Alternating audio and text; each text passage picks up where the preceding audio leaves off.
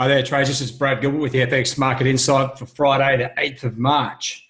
All right, now we've got things really moving with the ECB rolling back the date for any sort of change in rates, and they're going to roll out some more stimulus. So that's seen Euro really hit the skids, and what it's done is it's actually given us really good direction on a number of pairs. So just looking at the core market conditions, nice trending markets.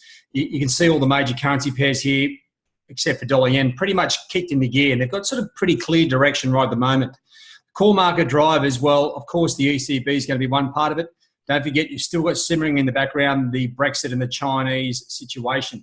Now, just matching up the top ones up here, where all the currencies have got direction. Which ones of these have got sort of fundamental direction? Well, clearly Euro and Aussie. So to me, they are the two pairs to really be focusing on going forward. Now, looking at the upcoming releases, we've got a couple of big releases, right? I was going to say ball terrors, but they're actually huge, right? So it's a bit of a shame that the Canadian numbers are coming out at the exact same time as the non-farm payrolls, because the CAD numbers sort of get a little bit lost. And don't forget, there's like 3 or 4 variables with each release. So if you're looking at the dollar CAD, right, you've almost got 8 variables because you've got both sides of the equation, the dollar and the Canadian numbers coming out at the same time. So it's a really tough trade to be looking at. And as I said, there's 3 or 4 variables, so you need everything to line up. This could get really tricky going forward. But just looking at the pairs that do have clear direction, as I said, you're really looking at the Aussie and the Euro. They are the pairs that are looking pretty good. Now, you've got a very nice clear trend down here in the Aussie, and you can see where Euros drop down. There's a big daily trend line there at 112.60. To me, getting short back to there is dreamboat sort of stuff, and obviously getting short Aussie back towards 70.50. Your ideal situation, location, but will we see it? I don't know. It's really going to come down to in particular, the non-farm payrolls. If we get strong US numbers, then these trends are going to continue across all pairs. Okay, you'll see the dollar pairs should rally, even though dollar yen is sort of just drifting.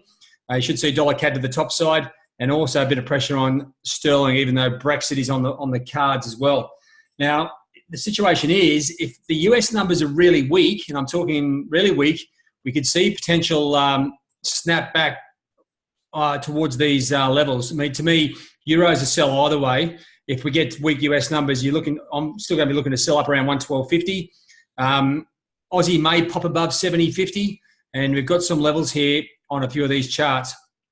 To me, sterling's out of the equation at the moment with Brexit going on, and dollar CAD's in the middle of nowhere, as is dollar yen, right? So we've got three pairs there with really good trend lines. Okay, you're sort of looking at the Aussie, the Kiwi, and Euro, with the, as I mentioned, the Euro and the Aussie get an extra tick because they're already trending down, and fundamentally they're going down as well. The Kiwi is just catching up. So that could be an opportunity. Looking at, as I said, sterling, too tough with Brexit.